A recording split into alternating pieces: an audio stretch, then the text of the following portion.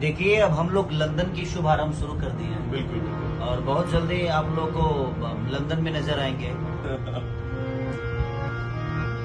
कि चोटे का बहुत चाटा चलाई हजन नहीं हर के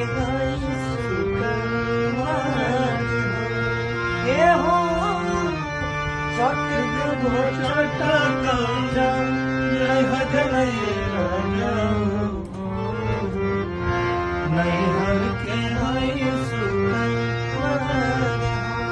तो आज हम लोग फाइनली लंदन के म्यूजिक सेटिंग के लिए बैठे हैं याशी फिल्म के द्वारा।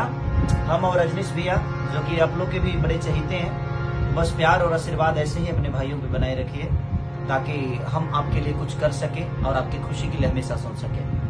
Love you all. आप लोगों के लिए बेहतर फिल्म, बेहतर म्यूजिक, हर चीज करने की कोशिश हम लोग करते हैं।